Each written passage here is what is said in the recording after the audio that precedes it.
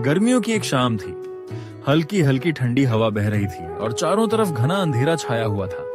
गांव के बच्चों का एक झुंड खेतों के पास खेल रहा था। अचानक छोटू नाम का एक बच्चा चिल्लाया, देखो वो रहा जगनू। बच्चों की आंखें चमक उठी। वे दौड़कर उस छोटे से चमकते जीव को पकड़ने की कोशिश करने लगे, जो अपनी टिमटिमाती रोशनी के साथ उड़ रहा था। लेकिन तभी दादाजी, जो पास ही बैठे हुक्का गुड़गुड़ा रहे थे, बोले, बेटा अब ये बहुत कम दिखते हैं। हमारे बचपन में तो पूरी टोकरी भर जाती थी जगनुओं से। बच्चे चौंक गए। सच में दादाजी, तब तो बहुत मजा आता होगा। दादाजी मुस्कुराए और अतीत की यादों में खो गए। दादाजी बोले, जब हर रात जगमग होती थी। हमारे बचपन में जब बिजली नहीं हुआ करती थी, तब ये छोटे छोटे जगनू ही हमारी रातों की रौनक थे। गर्मी की रातों में जब हम खुले आसमान के नीचे सोते, तो ये हजारों की संख्या में उड़ते और पूरी रात चमकते रहते। हम उन्हें पकड़कर कांच की बोतल में डालते और उससे बनी रोशनी को देखकर खुश होते थे। कई बार हम अपने हाथों पर इन्हें बैठाकर खेलते और महसूस करते कि जैसे हमारे पास जादू आ गया हो। लेकिन अब दादाजी ने एक गहरी सांस ली। अब ये सिर्फ कहानियों में ही रह गए हैं। बच्चे उत्सुकता से पूछने लगे, पर दादाजी ये अब कहां चले गए?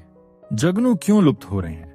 दादाजी ने गंभीर आवाज में कहा, बेटा, इंसान की लापरवाहियों की वजह से पेड़ काट दिए गए, खेतों में जहर, कीटनाशक डाले जाने लगे और शहरों की तेज रोशनी ने इनकी चमक को दबा दिया। लेकिन रोशनी से क्या होता है? छोटू ने पूछा। जगनू आपस में चमक से बात करते हैं। जब चारों तरफ बहुत ज्यादा कृत्रिम रोशनी होती है, तो इन्हें अपनी भाषा समझने में दिक्कत होती है। इससे ये मिल नहीं पाते, अंडे नहीं दे पाते और धीरे धीरे इनकी संख्या घटती जा रही है। बच्चे उदास हो गए। तो अब हम क्या करें?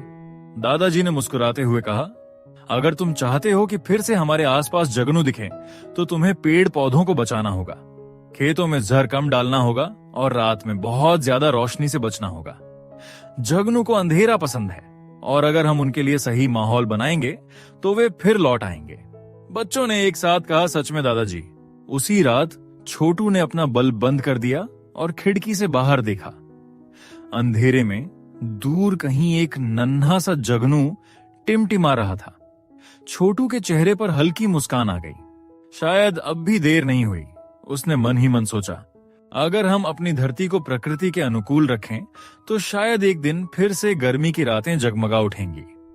जगनू फिर से लौटेंगे और हमारी कहानियों में नहीं, बल्कि हमारे आंगन में चमकेंगे। छोटू को दादाजी की बातें गहरी छू गई थीं। अगले ही दिन उसने अपने दोस्तों को बुलाया और बोला, हम सब मिलकर कुछ ऐसा करेंगे कि जगनू फिर से हमारे गांव में लौट आए। बच्चों ने मिलकर योजना बनाई। बिजली की रोशनी कम करना, रात में वे अनावश्यक बल्ब जलाना बंद करने लगे, पेड़ पौधे लगाना।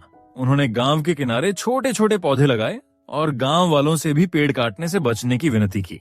रासायनिक खाद का कम उपयोग। छोटू के पापा किसान थे। उसने उन्हें समझाया कि बहुत ज्यादा कीटनाशक डालने से सिर्फ कीड़े ही नहीं, बल्कि जगनू भी मर जाते हैं। धीरे धीरे गांव में बदलाव आने लगा। गांव के बड़े भी इस बदलाव में साथ देने लगे।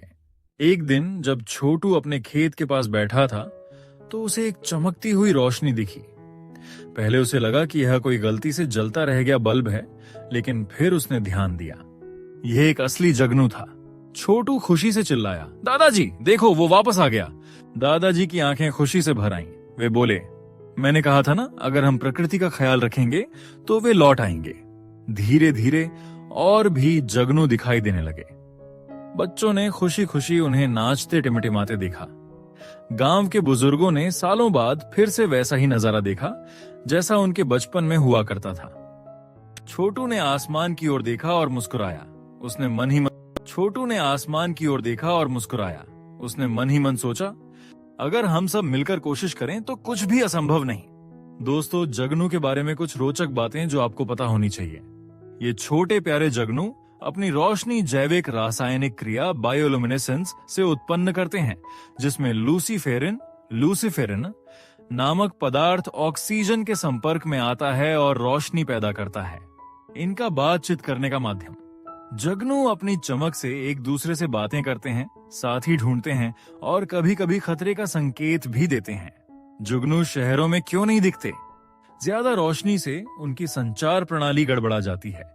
रसायनों और प्रदूषण के कारण उनके अंडे नष्ट हो जाते हैं। पेड़ों की कटाई से उनका प्राकृतिक आवास खत्म हो रहा है। अब प्रश्न ये है कि क्या हम उन्हें बचा सकते हैं? उत्तर है हाँ। ज्यादा पौधे लगाकर, कम रोशनी वाले क्षेत्रों को संरक्षित करके, कीटनाशकों का कम उपयोग करके अगर हम अपना पर्यावरण संवारें तो न सिर्फ जगनू बल्कि कई और जादुई जीव लौट सकते हैं। अब बताओ, तुमने आखिरी बार कब कोई जगनू देखा था?